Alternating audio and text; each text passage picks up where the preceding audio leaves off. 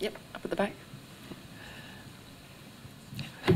Hi guys, congratulations on the film. Tom, I think we've all been enjoying watching your well-deserved meteoric rise. I wondered what you feel you've learnt from this performance working with Terence, and also if there's any particular piece of advice you've received that's really stuck with you and you think stood out.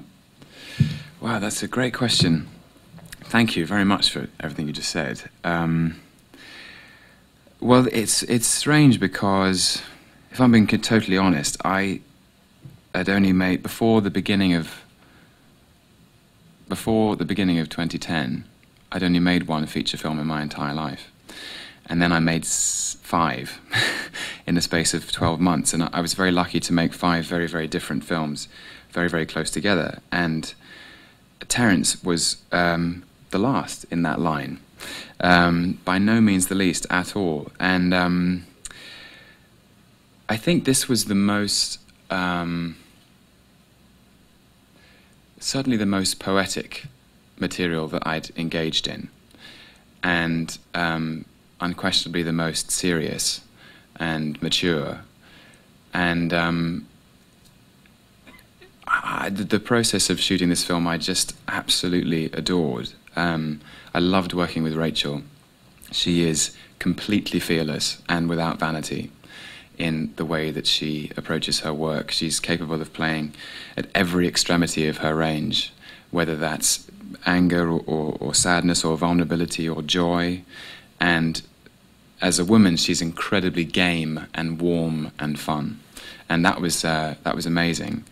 And really, you know, I liken Terence behind his back to a poet, because sometimes between takes he'll quote T.S. Eliot as a note, and that'll be the exact correct thing that you need to know.